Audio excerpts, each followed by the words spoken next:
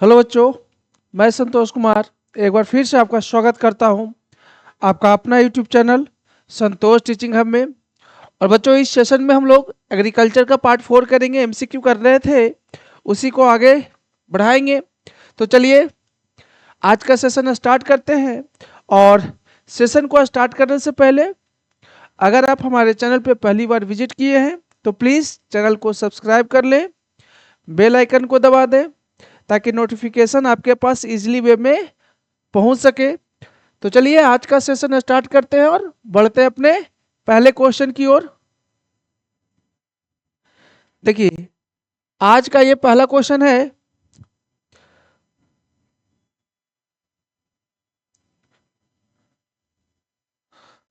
Question को पढ़िए और पढ़ने के बाद आप समझने का कोशिश कीजिएगा कि इस क्वेश्चन में क्या बोल रहा है। Study the following image. देखिए एक इमेज दिया हुआ है बाबू, क्या दिया हुआ है? इमेज दिया हुआ है।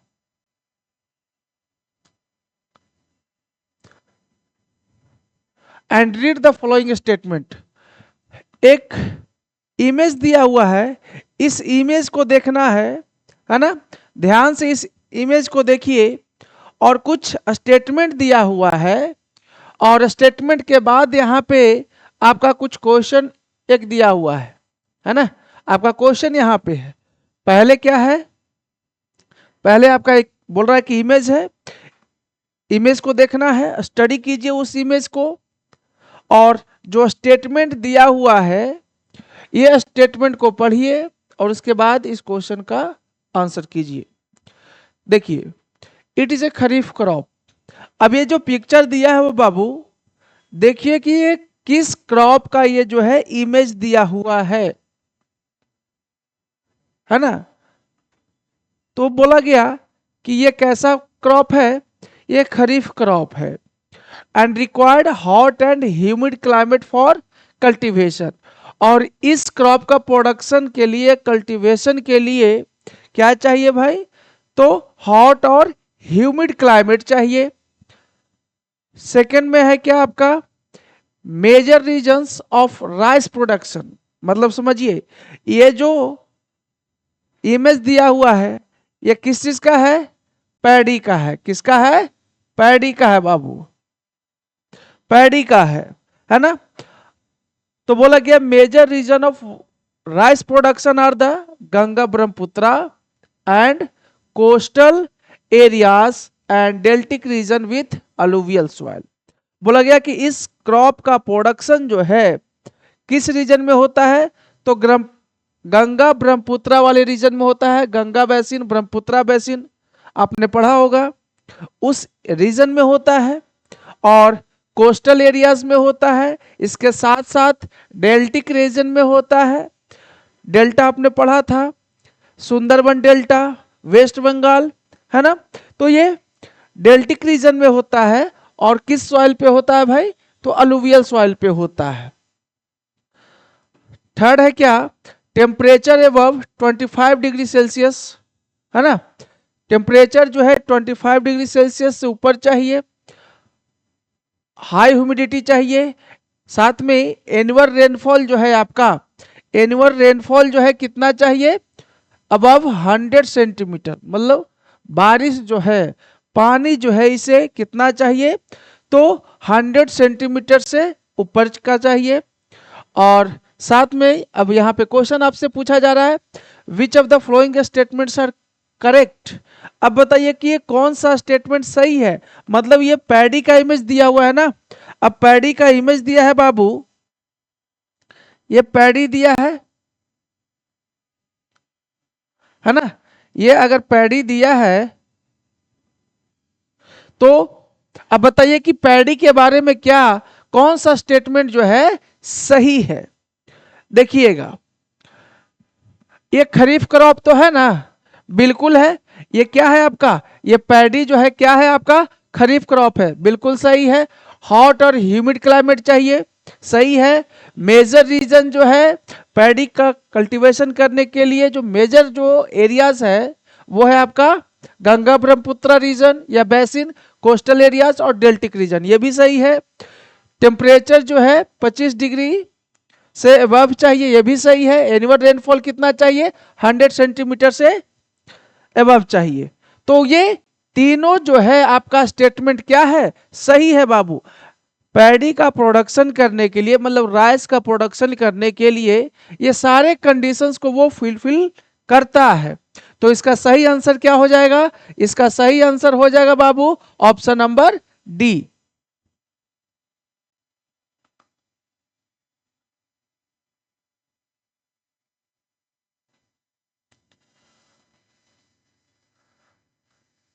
नेक्स्ट क्वेश्चन को देखिए। नेक्स्ट क्वेश्चन में फिर से एक इमेज दिया हुआ है। अब ये इमेज के थ्रू क्या क्वेश्चन पूछ रहा है भाई, आइडेंटिफाई द क्रॉप। आपको क्रॉप को पहचानना है कि ये किस क्रॉप का जो है हार्वेस्टिंग की जा रही है, बीइंग हार्वेस्टेड, है ना।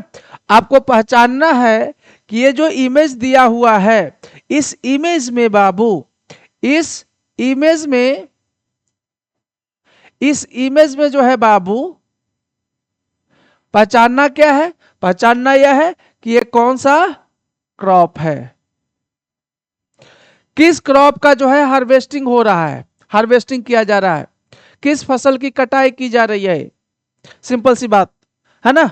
तो ये देखो यहां पे क्या है कि ये टी का किया जा रहा है, किसका किया जा रहा है, टी का, किसका, टी का। कॉलीफ्लावर कैसे किया जाता है, क्या स्पाइनच कैसे किया जाता है, कॉटन कैसे किया जाता है, नहीं, ये किसका किया जा रहा है, टी का किया जा रहा है।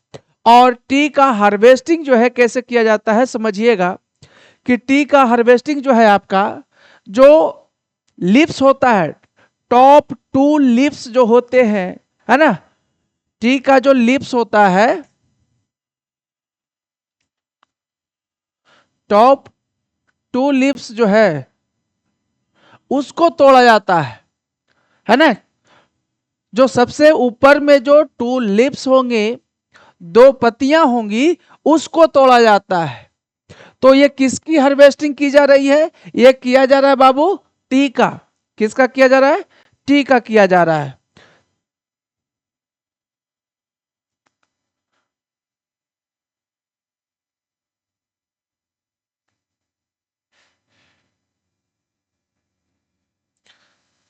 देखिएगा अगला क्वेश्चन ये रहा, और फिर से एक इमेज दिया हुआ है। स्टडी द पिक्चर, पिक्चर को देखिए, स्टडी कीजिए एंड आंसर द क्वेश्चन। और कुछ क्वेश्चन एक दिया हुआ है, उस क्वेश्चन को जो है इस इमेज को देखकर स्टडी कर कर जो है क्वेश्चन को जवाब दीजिए। विच of the following best signifies the above image. बोला जाए कि ये इमेज देखकर आपको किस क्रॉप का जो है प्रोडक्शन हम कर सकते हैं, ये इमेज देखकर बतलाइए। किस क्रॉप का जो है, किस तरह का जो है फार्मिंग, किस तरह का फार्मिंग की जा सकती है। तो देखिए आपको दिख रहा होगा कि ये सीढ़ी की तरह है ना, सीढ़ीदार है ना, मतलब सीढ़ीदार है। तो समझ जाइए कि ऑप्शन देख करके कौन सा ऑप्शन हो सकता है, टेरेस फार्मिंग। कौन सा, टेरेस फार्मिंग की जाएगी।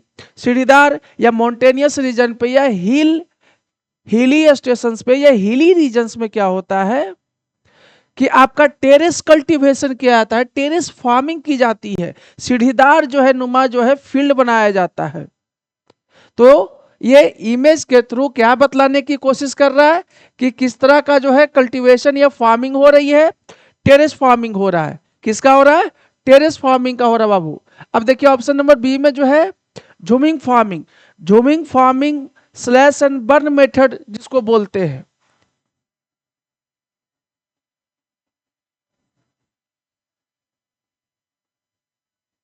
है ना।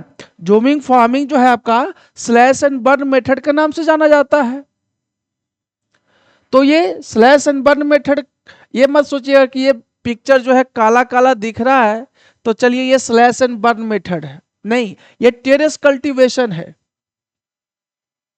जिसमें स्लैश एंड बर्न मेथड में यह आपका झूमिंग फार्मिंग में क्या है कि पहले पेड़ों की कटाई करेगा, लैंड को क्लियर किया जाएगा, तब जो है कल्टीवेशन वहां पे की जाएगी।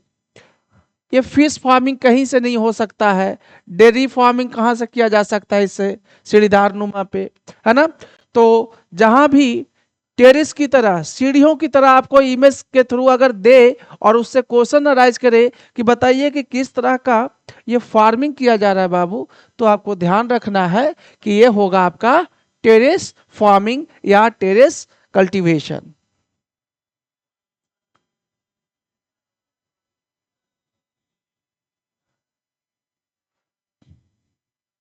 देखिए अगला क्वेश्चन ये रहा, ये फिफ्थ पॉइंट नहीं है, गलती से दे दिया गया है। देखिए आइडेंटिफाई द मूवमेंट, मतलब ये कुछ आपके पॉइंट्स दिए हुए हैं, कुछ स्टेटमेंट्स दिया हुआ है, स्टेटमेंट को पढ़िए और पहचानना है कि किस मूवमेंट के बारे में ये बात की जा रही है। कुछ पॉइंट्स है, कुछ इंफॉर्मेशंस दिए हुए हैं, इंफॉर्मेशंस को पढ़ना है और आपको पहचान करनी है कि ये किस मूवमेंट के बारे में यह स्टेटमेंट दिया हुआ है, किसके बारे में बोला जा रहा है। Also called as bloodless revolution. आपको पता होगा ना कि ब्लड लेस रिवॉल्यूशन जो है हमने बताया था पहले, लेकिन इस तरह का क्वेश्चन नहीं था वो। ब्लडलेस रिवॉल्यूशन जो है किसे बोला जाता है, हमने बोला था भूदान, भूदान मूवमेंट, है ना। भूदान मूवमेंट किसके द्वारा स्टार्ट किया गया था, विनोबा भावे,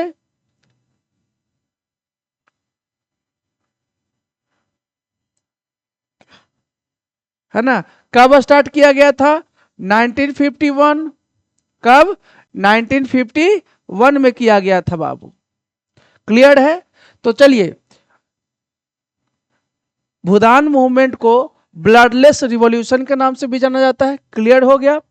आगे देखिए, was a voluntary land reform, हाँ लैंड रिफॉर्म, लैंड रिफॉर्म आपका 1950 में हुआ था और उसी के बाद जो है ये भूदान मूवमेंट स्टार्ट किया गया था विनोबा भावे के द्वारा, जिसके थ्रू क्या था, हाँ यहाँ पे दे दिया है, इनिशिएटेड बाय विनोबा भावे, ये सही है। आगे देखिएगा, this movement attempted to persuade wealthy landowners to voluntarily give a percentage of their land to landless people।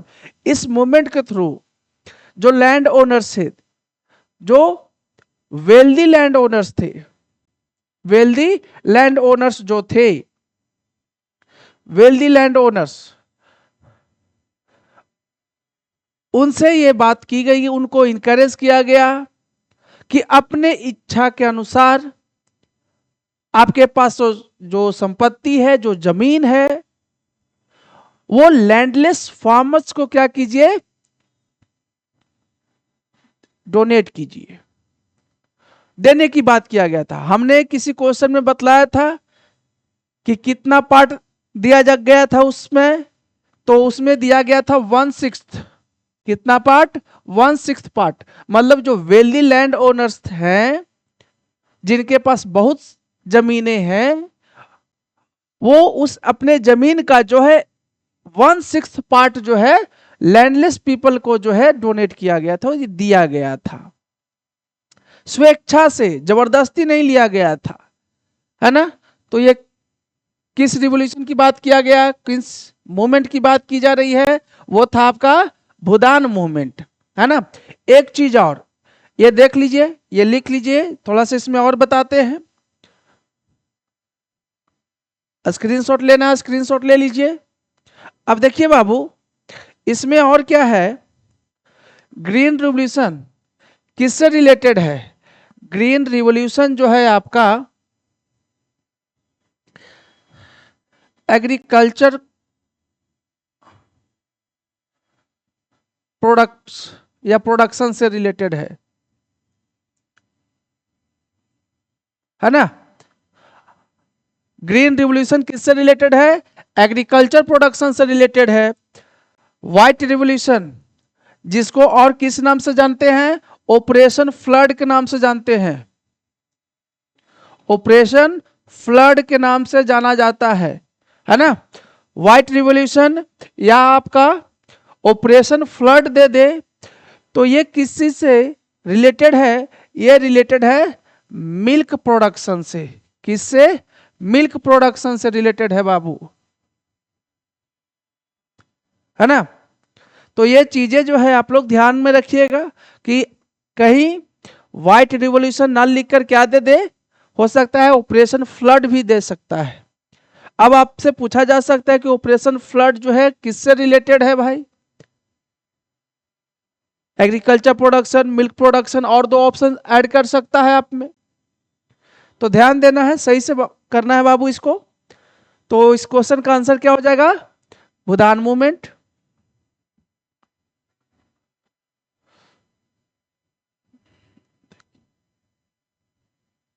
देखिए क्वेश्चन नंबर 5 में क्या है आपका?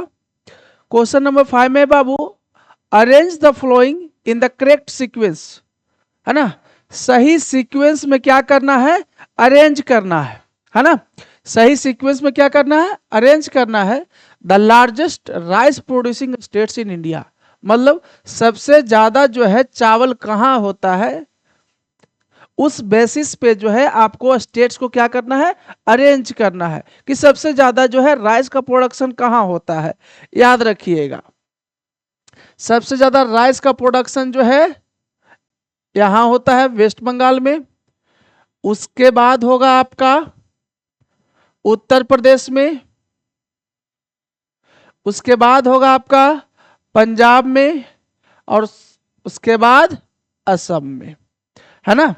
तो 1 2 3 4 ऐसे हुआ। तो एक जो है किसमें है? नंबर 2 में है। तो नंबर 2 किस में सबसे पहले है? एक इसमें है, ये तो 3 है, सबसे पहले कट गया, गलत हो गया।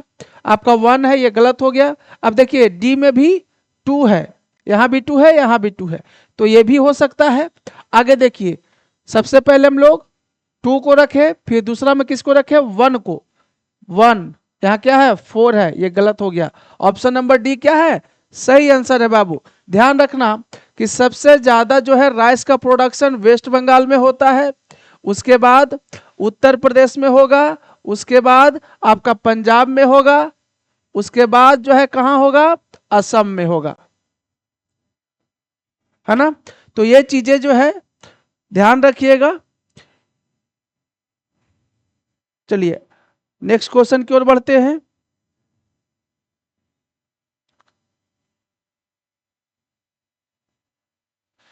अब देखिए, अरेंज करना है बाबू।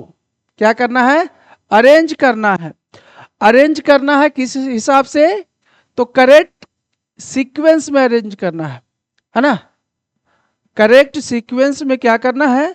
अरेंज करना है कि सबसे पहले कौन सी घटना घटी है ना। आक्रेंस सबसे पहले किसका हुआ है? तो देखिए लैंड रिफॉर्म्स जो है आपका, लैंड रिफॉर्म्स कब हुआ? लैंड रिफॉर्म्स में क्या था कि आपका जमींदारी सिस्टम हटा था, याद है? जमींदारी सिस्टम हटा था बाबू, है ना। जमींदारी सिस्टम हटा था और छोटे छोटे टीनेंट्स को क्या किए गए थे? प्रोटेक्शन दी गई थी, सिक्योरिटी दिया गया था।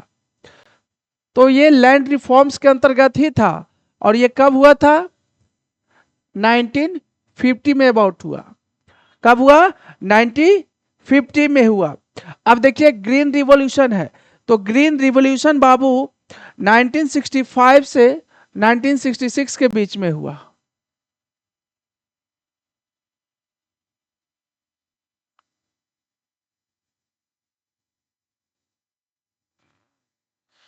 इरेज नहीं हो रहा है भाई।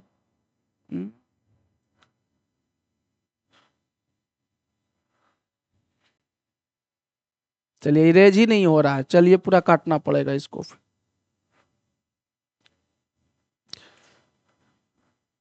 चलिए हो गया।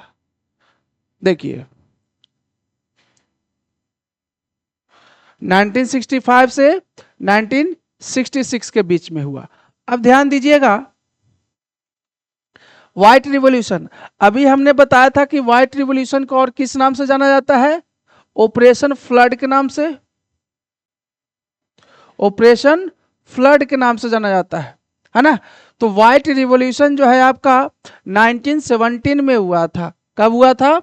1917, 70 नहीं, 70, 1970 में।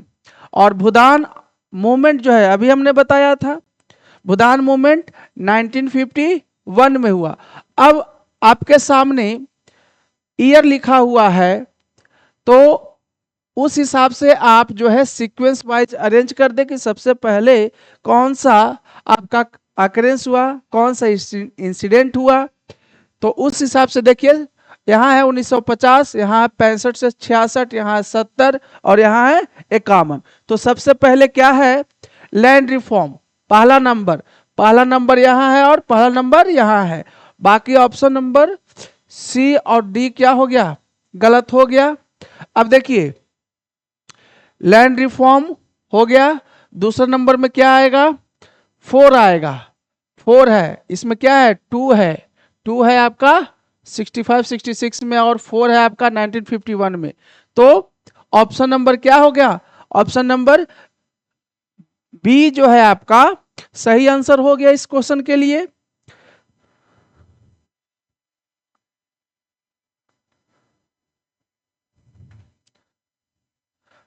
अब देखिए, नेक्स्ट क्वेश्चन जो है आपके सामने ये रहा। इस क्वेश्चन में क्या बोला जा रहा है? Arrange the following steps of jhuming cultivation. देखिए, झूमिंग कल्टीवेशन का जो है स्टेप्स अरेंज करना है कि झूमिंग कल्टीवेशन के लिए सबसे पहले कौन सा स्टेप हम लोग करेंगे, है ना। तो देखिए, पहला में दिया हुआ है बर्निंग द फेल्ड ट्रीज। पहला में ही दिया है बर्निंग ऑफ फेल्ड ट्रीज, मतलब जो पेड़ गिरा है उसको हम लोग क्या कर रहे हैं? बर्न कर रहे हैं, जला रहे हैं। तो बाबू पेड़ जो गिरा है वो पेड़ क्यों गिरा था? हम लोगों ने क्यों काटा है? वो जो लैंड है हम उन लोग को क्या कर रहे हैं? उसको क्लियर कर रहे हैं, साफ कर रहे हैं। और साफ करने के कारण जो है सबसे पहले क्लियर करेंगे, तभी तो हम लोग क्या करेंगे? जो गिरेगा पेड़ या काटेंगे उसी को हम लोग क्या करेंगे? जलाएंगे। तो सबसे पहले क्या होगा? Clear A patch. नंबर 2 सबसे पहले होगा। इसका मतलब ऑप्शन नंबर सी ऐसा ही पता चला गया, है ना। पता तो चल गया, आगे जाने का नीड ही नहीं है, लेकिन फिर भी हम लोग पूरा स्टेप देख लेंगे। हम लोग ने लैंड क्लियर किया। लैंड क्लियर करने के बाद जो है, लैंड क्लियर करने के बाद क्या है कि हम लोगों ने उस ट्रीज को क्या किया? जला दिया। और जलाने के बाद क्या है कि प्लांटेशन करने के लिए, हार्वेस्टिंग करने के लिए क्या है? वो प्लॉट रेडी है, हम लोग प्लांटेशन कर सकते हैं, हार्वेस्टिंग कर सकते हैं। तो सबसे पहले क्या हुआ आपका? सबसे पहले हम लोगों ने लैंड को क्लियर किया, पहला। दूसरा होगा क्या? हम लोगों ने जो पेड़ गिरा था, हम लोगों ने पौधे काटे या पेड़ काटे, उसको क्या किया? जलाया। 2 में जाएगा। उसके बाद वो लैंड क्लियर्ड हो गया, पेड़ जल भी गया। अब उसके बाद जो है क्या करेंगे? प्लांटिंग करेंगे और हार्वेस्टिंग करेंगे, 3rd नंबर में जाएगा। और लास्ट में क्या है? फॉलोइंग है, 4था नंबर, है ना। तो इसका करेक्ट सीक्वेंस जो है या स्टेप्स क्या होगा? 1 4 3 2 होगा बाबू, है ना। नहीं नहीं, ये नहीं, 2 1 4 3। क्या? 2 1 4 3 होगा।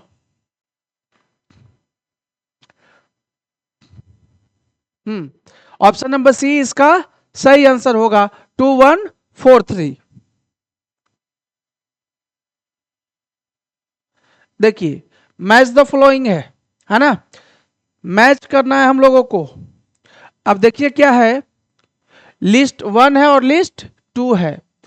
आपको पहचानना क्या है कि ये लिस्ट 1 में कुछ क्रॉप्स दिए हुए हैं और लिस्ट 2 में ये क्या है? आपका क्रॉप्स दिया हुआ है बाबू, ये क्रॉप्स दिया हुआ है।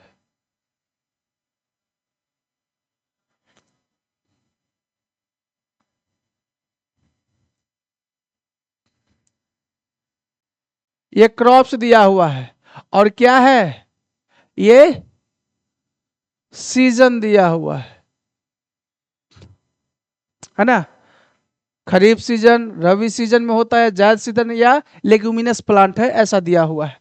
अब देखो सोयाबीन है ना, सोयाबीन कैसा क्रॉप है वो देखिए। सोयाबीन जो है बाबू लेग्यूमिनस है। कैसा है, सोयाबीन जो है आपका लेग्यूमिनस प्लांट है। क्या है, लेग्यूमिनस है। तो फर्स्ट का क्या होगा, बी होगा। फर्स्ट का बी ए में भी है, फर्स्ट का बी बी में भी है। अब देखिए अभी जिस सीजन में हम लोग पढ़ाई कर रहे हैं, मटर तो मिलता होगा, तो कौन सा सीजन है, रबी सीजन है। तो पीज में क्या जाएगा, पी में जाएगा आपका रबी, यहां जाएगा 2, यहां जाएगा 1, है ना। तो देखो तो 2 का डी है, 2 का डी इसमें भी है और 2 का डी इसमें भी है ना। अब देखिए ग्राउंड नट, ग्राउंड नट कैसा है, ग्राउंड नट जो है खरीफ है बाबू। कैसा क्रॉप है, खरीफ क्रॉप है ग्राउंड नट। याद रखिएगा ग्राउंड नट जो है खरीफ क्रॉप है, तो 3 का क्या होगा, ए होगा, 3 का ए, है ना।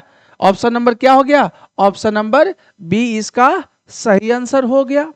अब देखिए एक और हमने एग्जाम्पल के रूप में पढ़ा था, कुछ नहीं तो ये तो देख सकते हो ना बाबू कि वाटरमेलन कैसा क्रॉप है, जायद क्रॉप है। वाटरमेलन कैसा है, जायद क्रॉप है। तो 4 का सी, 4 का सी भी अगर देखते, अगर आपने पहले भी पढ़ा होगा 2 और 4, ये अगर नहीं भी आता बाकी दो, लेकिन 2 का याद रहता तो वहां से भी आप आंसर ला सकते थे, डायरेक्टली जाते। वाटरमेलन हमने पढ़ा है, तो वाटरमेलन किसका एग्जांपल है भाई, जायद क्रॉप का है। 4 का सी, 4 का सी है किसी में, ऑप्शन नंबर बी में ही तो है ना, ऑप्शन नंबर बी में है 4 का सी। तो इसका सही आंसर क्या होगा, ऑप्शन नंबर बी इसका सही आंसर है बाबू।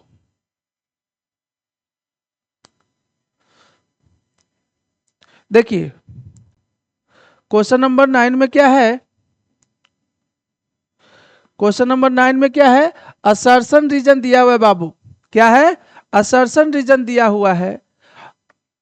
असर्शन में क्या दे रहा है, the promise of green revolution to produce large amount has brought it under major controversy. देखिए ग्रीन रिवॉल्यूशन से क्या हुआ, प्रोडक्शन तो बढ़ गया, वीट का, राइस का, बाद में पल्सेस का प्रोडक्शन तो बढ़ गया, लेकिन वहां पे कुछ कंट्रोवर्सी हो गई। क्या हो गया, कंट्रोवर्सी भी हुआ, है ना। ये क्या है, ये सही है।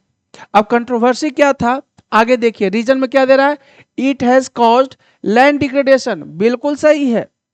हम लोगों ने प्रोडक्शन बढ़ाने के लिए एक रिवॉल्यूशन किया, ग्रेन रिवॉल्यूशन, जिसके तहत वीट, राइस और पल्सेस का प्रोडक्शन जो है बढ़ गया, इंक्रीज कर गया। लेकिन उस ग्रीन रिवॉल्यूशन के तहत लोगों ने केमिकल्स और जो आप बोल सकते हैं फर्टिलाइजर्स इतना ज्यादा ना यूज कर लिया कि सॉइल की फर्टिलिटी क्या होने लगी, जाने लगी, है ना। तो it has caused land degradation, land degradation होने लगा due to overuse of chemicals, क्योंकि हम लोगों ने कुछ ज्यादा ही केमिकल्स यूज कर दिया। Drawing aquifers and vanishing biodiversity, ये बिल्कुल सही है।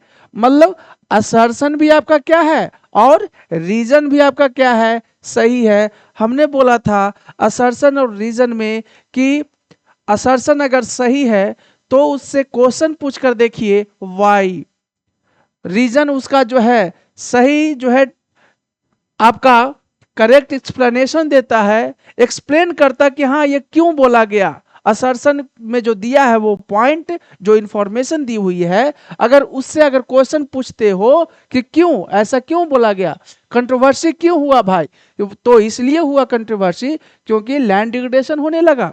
और लैंड डिग्रेडेशन क्यों हुआ, तो केमिकल्स के ओवर यूज के कारण, जो फर्टिलाइजर्स हम लोग यूज करने लगे। तो असर्शन भी सही है, रीजन भी सही है, और रीजन जो है करेक्ट एक्सप्लेनेशन है किसका, असर्शन का। मतलब क्वेश्चन नंबर 9 का सही आंसर क्या होगा? ऑप्शन नंबर ए होगा, है ना।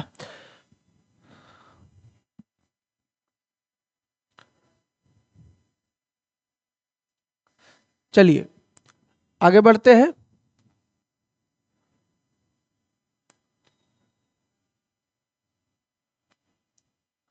देखिए फिर से असर्शन एंड रीजन है बाबू, फिर से क्या है?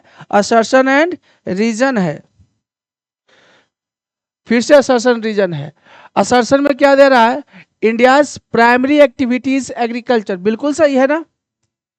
आपने सेक्टर्स वाला में भी पढ़ा होगा कि एग्रीकल्चर जो है किस सेक्टर में आता है? प्राइमरी सेक्टर में आता है, प्राइमरी एक्टिविटी है, सिंपल सी बात है। और इंडिया जो है, इंडिया का प्राइमरी एक्टिविटी क्या है? एग्रीकल्चर है। 60 to 70% लोग जो है किस चीज में इन्वॉल्व है? तो एग्रीकल्चर में इन्वॉल्व है, खेती करते हैं। असर्शन क्या है आपका? असर्शन आपका सही दिया हुआ है। अब रीजन देखिए बाबू, रीजन में क्या है?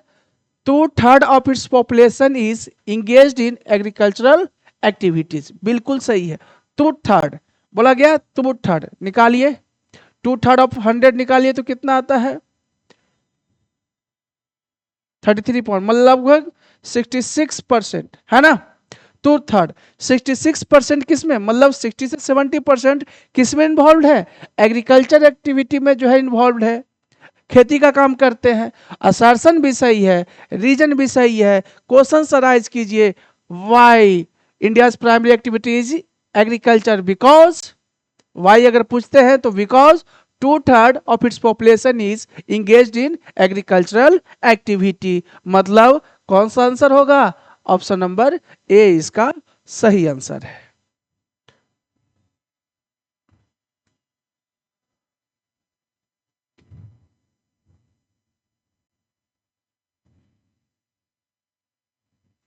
अब देखिए क्वेश्चन नंबर 11 में क्या है? अच्छा, सेम क्वेश्चन है क्या? अच्छा 12 यहाँ है, देखिएगा। अगला क्वेश्चन ये रहा, फिर से असर्शन रीजन है। असर्शन रीजन में क्या दे रहा है? Pulses are not considered as a major source of protein in vegetarian diet. अब देखिए असर्शन में दे रहा है बाबू कि पल्सेस, दालें जो है वो मेजर सोर्स नहीं है। पल्स जो है, पल्सेस जो है आपके मेजर सोर्स नहीं है किस चीज का? प्रोटीन का। मतलब वेजिटेरियन डाइट में जो है पल्स जो है एक मेजर सोर्स नहीं है प्रोटीन का, है ना। तो बताइए जो मांस मछली नहीं खाते हैं उनको प्रोटीन कैसे मिलेगा? पल्सेस से मिलता है ना, पल्सेस से मिलेगा ही। तो पल्सेस में तो प्रोटीन होता ही है, लेकिन असर्शन में क्या बोल दिया कि जो है पल्सेस में जो है मेजर सोर्स नहीं है, किस चीज का? प्रोटीन का मेजर सोर्स नहीं है। तो असर्शन क्या हो गया आपका? गलत हो गया बाबू। असर्शन क्या हो गया? गलत हो गया, क्योंकि पल्सेस में जो है प्रोटीन तो होता है ना। अब रीजन देखिए, rice is a rabi crop. अब बताओ, राइस जो है रबी क्रॉप है क्या? राइस कैसा क्रॉप है? खरीफ क्रॉप है ना जी। मतलब रीजन भी क्या हो गया? गलत हो गया, आगे पढ़ने का नीड ही नहीं है ना। आगे पढ़ने का नीड ही नहीं है, मतलब असर्शन भी गलत है और रीजन भी क्या है? गलत है। ऑप्शन नंबर डी देखिए, both assertion and reason are incorrect.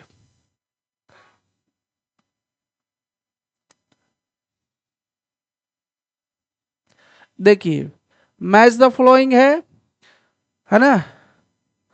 Questions में दम लग रहा है कि हाँ ये क्वेश्चंस है। अभी एक सेशन और होगा इसका आपका, तब ये आपका चैप्टर खत्म होगा। देखिए गुआवा, अब मान लीजिए देखो बाबू, एक तरफ फ्रूट्स है और दूसरे तरफ जो है एरिया है कि किस एरिया में, किस रीजन में या किस लोकेशन में होता है, कहाँ होता है। अब देखो, मानते हैं कि गुआवा आपको नहीं याद होगा, लेकिन हमने पिछले सेशन में कुछ ना कुछ तो बताया है। ऑरेंज के बारे में तो बताया था। ऑरेंज संतरा जो खाते हैं आप, है ना। सबसे ज्यादा संतरा जो है आपका नागपुर में होता है। कहाँ होता है? नागपुर में, मतलब महाराष्ट्र की बात कर रहा है। तो देखो तो बी का 4 है किसी में, बी का 4, बी का 4। देखो दो ऑप्शन तो आप छाट लिए ऐसे ही अगर पढ़ते तो। एप्पल आपको भी बताया गया था कि एप्पल कहाँ होता है? ठंडे प्रदेशों में होता है, जम्मू कश्मीर में। कश्मीरी सेब हम लोग बोलते हैं। तो देखिए सी का 1 अगर ये भी रहता तो देखो सी का 1, सी का 1 इसमें भी है और सी का 1 इसमें भी है। अब देखो बनाना, बनाना केला जो हम लोग खाते हैं, आपको एक कहानी बताए थे कि आप चले जाइए साउथ की ओर। साउथ में जब आप खाना खाते हैं तो आपको केले के पत्ते पे जो है आपको खाना खिलाया जाता है ना, केले के पत्ते पे। तो बनाना सबसे ज्यादा कहां होगा? केरल में होगा, साउथ में है। तो डी का क्या हो जाएगा? 2 हो जाएगा। देखो डी का 2 है, डी का 3 है, मतलब ऑप्शन नंबर सी। अब याद रखना यहां से क्या कि ग्वाभा इसका मतलब कहां होता है? ग्वाभा होता है उत्तर प्रदेश में। कहां होता है? उत्तर प्रदेश में। ऑरेंज कहां होता है? नागपुर में। एप्पल कहां होता है? जम्मू कश्मीर में। और बनाना कहां होता है? केरल में होता है ना। तो इसका सही आंसर क्या है बाबू? ऑप्शन नंबर सी इसका सही आंसर है।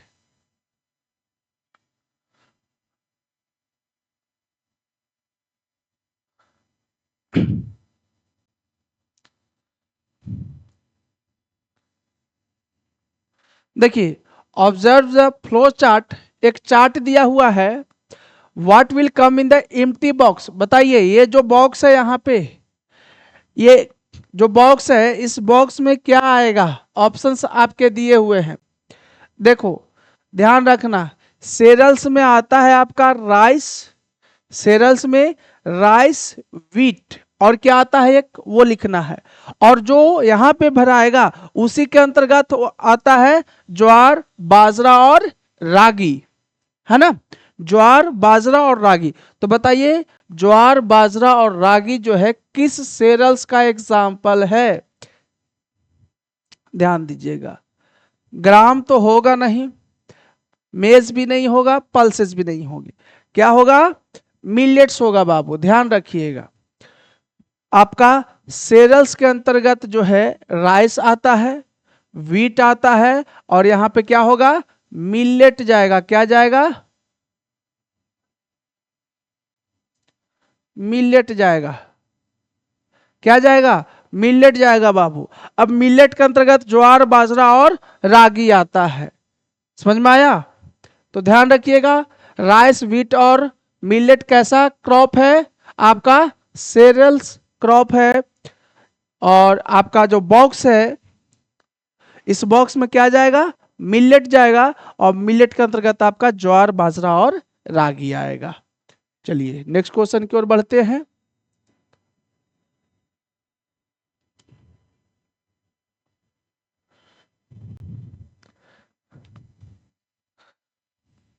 देखिएगा,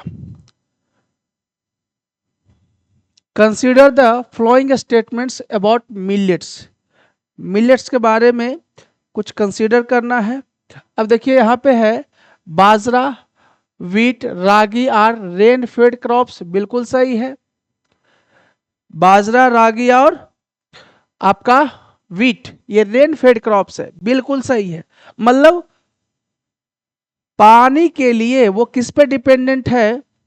नेचुरल रेन पे डिपेंडेंट होता है। इसलिए यहाँ पे वर्ड यूज किया गया है रेन फेड क्रॉप्स। पानी के लिए किस पे डिपेंडेंट है? तो बारिश पे है भाई डिपेंडेंट। नेचुरल जो रेन होता है उस पे डिपेंडेंट होती है। और millets can grow easily in valid condition, ये भी सही है कि मिलेट्स जो है किसी भी कंडीशन में ग्रो कर जाता है। तो दो पॉइंट भी क्या है? सही है। पहला भी सही है, दूसरा पॉइंट भी सही है। They provide plenty of micronutrients, ये भी सही है कि मिलेट्स में जो है माइक्रोन्यूट्रिएंट्स पाए जाते हैं, अधिक मात्रा में जो है पौष्टिक आहार पाया जाता है। तो पॉइंट नंबर 3 भी क्या है आपका? सही है। अब आपसे क्वेश्चन पूछा जा रहा है which of the following is true, कौन सा स्टेटमेंट जो है सही है। कौन सा सही है बाबू, तीनों सही है ना, all of this, option number D इसका सही आंसर होगा।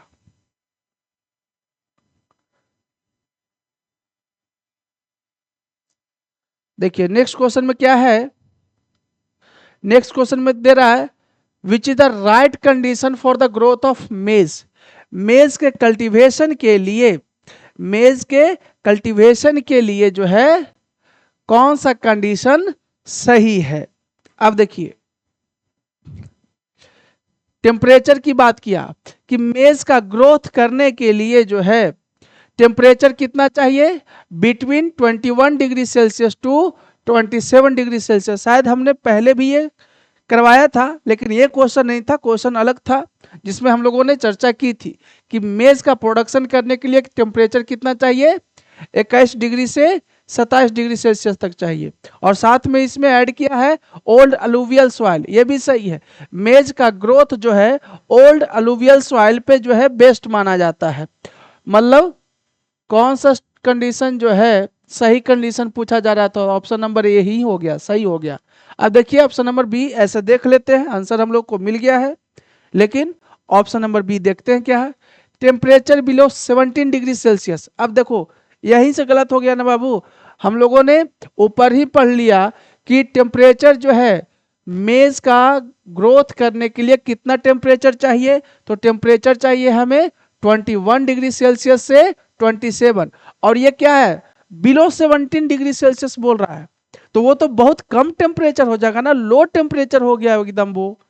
ऑप्शन नंबर बी क्या हो गया, गलत हो गया। टेम्परेचर ऑफ 25 डिग्री सेल्सियस, यहां तक हम मान सकते हैं कि सही है।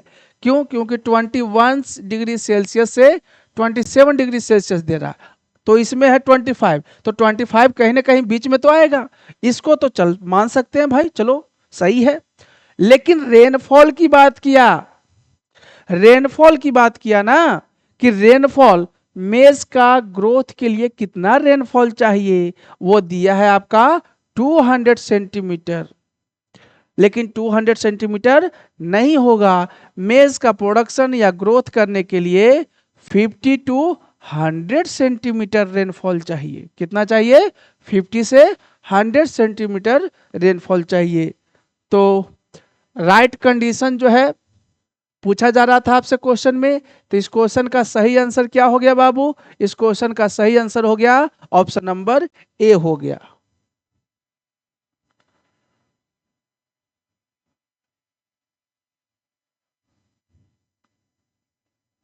देखिए क्वेश्चन नंबर 17 में क्या है, which of the following is not true about pulses, है ना, नॉट ट्रू, जो सही नहीं है उसको छांटना है, जो गलत है उसको छांटना है कि कौन सा स्टेटमेंट, कौन सा ऑप्शन यहाँ जो है पल्सेस के बारे में गलत बात किया गया है। तो देखिएगा pulses are grown in both rabi and kharif season. देखो प्राइमरली जो है पल्सेस जो है रवि सीजन में पाया जाता है या ग्रो किया जाता है, लेकिन कुछ पल्सेस ऐसे भी हैं जो खरीफ में भी होता है ना। खरीफ में होता है, आपको याद है तूर हमने बताया था, तूर या अरहर जिसको बोलते हैं, है ना, ये खरीफ सीजन में होता है, तूर या अरहर बोला जाता है। और बाकी जो कुछ आपके हो गए वो आपका पल्सेस कब किया जाता है, तो रवि सीजन में किया जाता है। मतलब स्टेटमेंट 1 जो है ऑप्शन नंबर ए जो है क्या है, सही है। ये क्या है, सही है बाबू। हमने पहले भी बताया है पल्सेस जो है कैसे क्रॉप्स है, लेगुमिनस क्रॉप्स है। नाइट्रोजन का क्या करता है, फिक्सेशन करता है, सॉइल की फर्टिलिटी को क्या करता है, बढ़ाता है। ऑप्शन नंबर बी भी क्या है, सही है। ऑप्शन नंबर सी में देखिए क्या है, they are grown in rotation with other crops, बोला गया कि वो दूसरे क्रॉप्स के साथ भी जो है ग्रोथ किया जाता है उसका, बिल्कुल सही है। वीट और आपका जो है सरसों, आपने देखा होगा गेहूं और सरसों जो है सेम जो है एक ही प्लॉट में, एक ही फील्ड में है, तो ये भी सही है। ऑप्शन नंबर सी भी सही है। ऑप्शन नंबर डी में क्या है, pulses require intensive irrigation facilities. ये वर्ड को जो है मार्क कीजिएगा, इंटेंसिव को, ये इंटेंसिव वर्ड को जो है मार्क कीजिएगा। बोला गया कि इसको काफी अधिक मात्रा में जो है क्या चाहिए, पानी की आवश्यकता होती है। नहीं बाबू, पल्सेस को ज्यादा अमाउंट में जो है वाटर नहीं चाहिए, है ना। क्यों? क्योंकि अगर पानी ज्यादा रहेगा तो क्या होगा, उसका रूट जो है क्या हो जाएगा, सड़ जाएगा, है ना। तो इसका सही आंसर क्या होगा, जो गलत था वही छांटना था ना बाबू। तो इस क्वेश्चन के लिए सही आंसर क्या हो गया, ऑप्शन नंबर डी इसका सही आंसर हो गया। चलिए नेक्स्ट क्वेश्चन की ओर चलते हैं।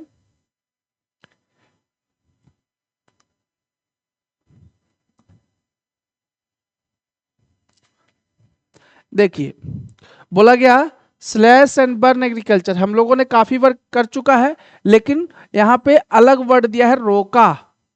रोका हमने नहीं किया था, है ना।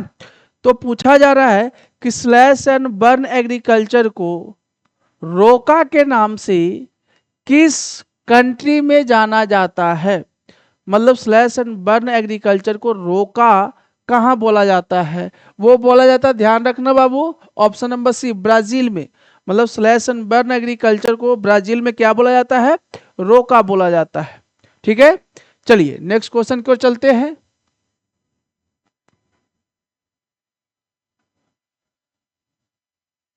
विच of the following conditions can spoil T crop. देखो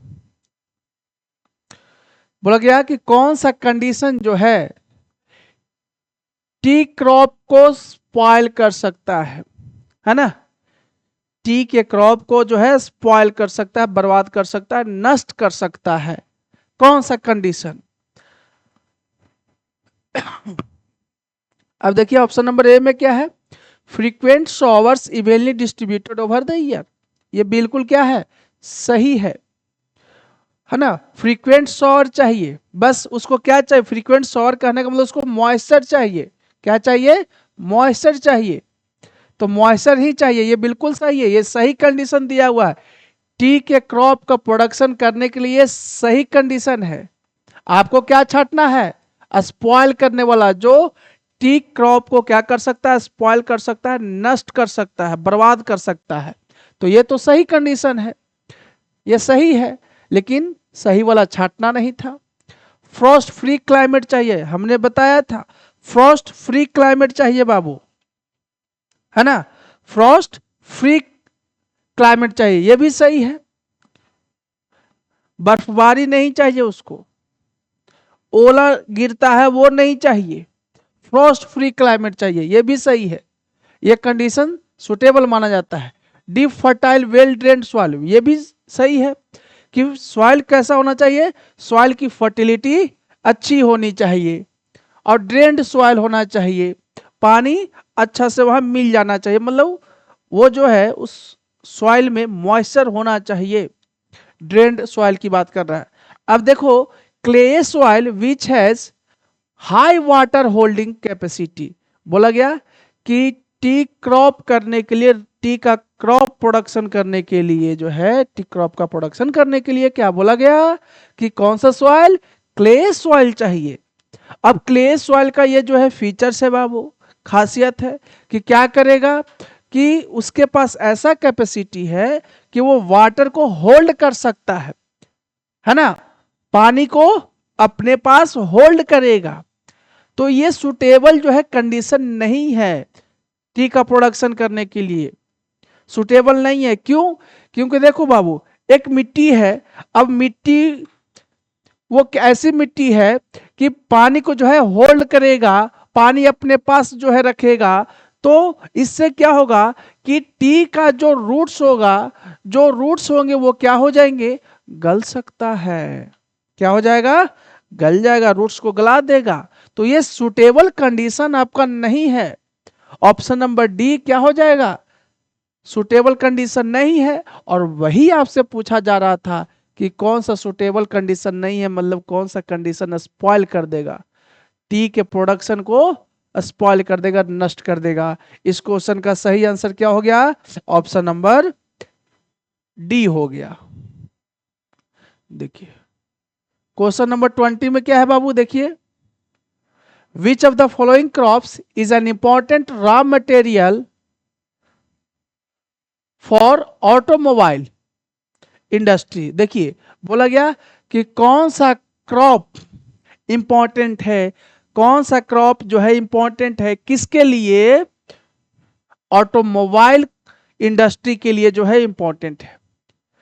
किस क्रॉप का रॉ मटेरियल जो है इंपॉर्टेंट है ऑटोमोबाइल इंडस्ट्री के लिए? ऑप्शंस देखिए, पल्सेज, दाल से क्या बनाएगा जी ऑटोमोबाइल इंडस्ट्री में? रागी से क्या बनाएगा? कुछ नहीं बनाएगा। अब देखिए यहां पे ऑप्शन है रबर। रबर जो है एक ऐसा रॉ मटेरियल है जो ऑटोमोबाइल इंडस्ट्री के लिए बहुत इंपॉर्टेंस रखता है। क्यों रखता है? तो देखना रबर से ही क्या बनाया जाता है बाबू? रबर से आपका बनाया जाएगा क्या? ये जो टायर देखते हो ना, टायर है ना, व्हीकल्स वगैरह में जो टायर देखते हैं रबर का ही तो होता है। बेल्ट जो हम लोग देखते हैं, बेल्ट, वो सब क्या है आपका? रबर का ही तो होता है। तो यही क्वेश्चन में पूछा जा रहा था कि कौन सा रॉ मटेरियल जो है, किस क्रॉप का रॉ मटेरियल जो है आपका ऑटोमोबाइल इंडस्ट्री के लिए इंपॉर्टेंस ज्यादा रखता है? तो वो है आपका रबर। क्यों रखता है? क्योंकि रबर से ही क्या बनता है? टायर बनता है, बेल्ट बनता है, और भी चीजें बनती होगी, है ना। तो इस क्वेश्चन का सही आंसर क्या हो गया? ऑप्शन नंबर सी हो गया बाबू। तो देखिए आज का भी सेशन यहीं तक, और अगर हमारे चैनल को अभी तक आपने सब्सक्राइब नहीं किया है तो प्लीज़ चैनल को सब्सक्राइब कर लें, बेल आइकन दबा दें ताकि नोटिफिकेशन आपके पास इजीली वे में पहुंच सके, और इसी ढंग से आप पढ़ाई करते रहें। और मिलते हैं फिर नेक्स्ट सेशन में।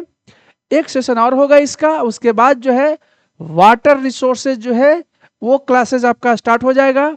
तो चलिए मिलते हैं नेक्स्ट सेशन में एक नए क्वेश्चंस के साथ। तब तक के लिए गुड बाय।